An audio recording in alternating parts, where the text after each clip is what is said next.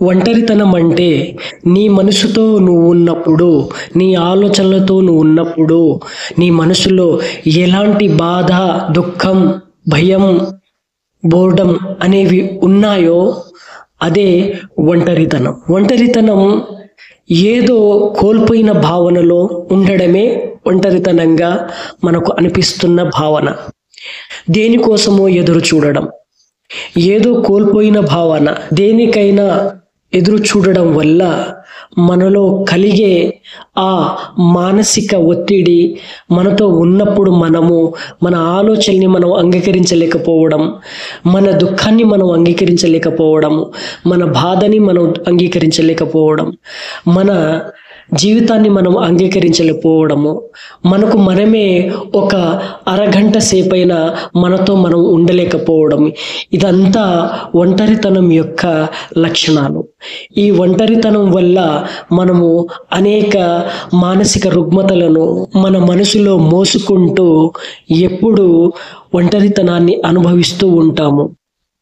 ఏకాంతం అంటే నీ మనసుతో నువ్వు ఉన్నప్పుడు, నీతో నువ్వు ఉన్నప్పుడు హాయిగా, ప్రశాంతంగా, ఆనందంగా ఉండగలుగుతున్నావు అంటే అది ఒక ఏకాంత స్థితి.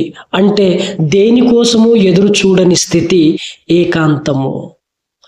ఎందరి మధ్యలో ఉన్నా, ఏ పరిస్థితుల్లో ఉన్నా, ఏ ప్రదేశంలో ఉన్నా, ఎక్కడ ఉన్నా నీ స్థితిలో ఎలాంటి మార్పు లేకుండా హాయిగా, ప్రశాంతంగా, ఆనందంగా ఉండగలిగే స్థితి ఏకాంత స్థితి. ఏకాంత స్థితిలో మనము పొందగలిగే స్థితి మనల్ని మనం అర్థం చేసుకోవడం, మనలో మనము కాలానికి అనుగుణంగా మనతో మనము నడవడము, మనలో మనము ప్రేమించుకోవడం, మనకు మనమే ఇష్టపడడం, మన యొక్క స్థితిని మనమే సంపూర్ణంగా అంగీకరించడము. ఏకాంత స్థితిలో ఏది ఉన్నా, ఎవరు ఉన్నా, ఎవరు లేకపోయినా, ఎంతమంది ఉన్నా లేనట్టే, లేని స్థితిలోనే మన మనస్సు, మన ఆలోచనలు ఉంటాయి.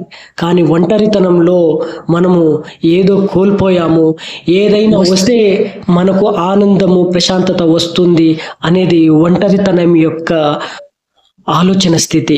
కానీ ఏకాంతంలో ఇలాంటి ఏది వచ్చినా, ఏది రాకపోయినా, ఏది ఉన్నా, ఏది లేకపోయినా మనలో ఆ ప్రశాంతత, ఆ ఆనందం, ఆ హాయితనము ఎక్కడికి పోదు.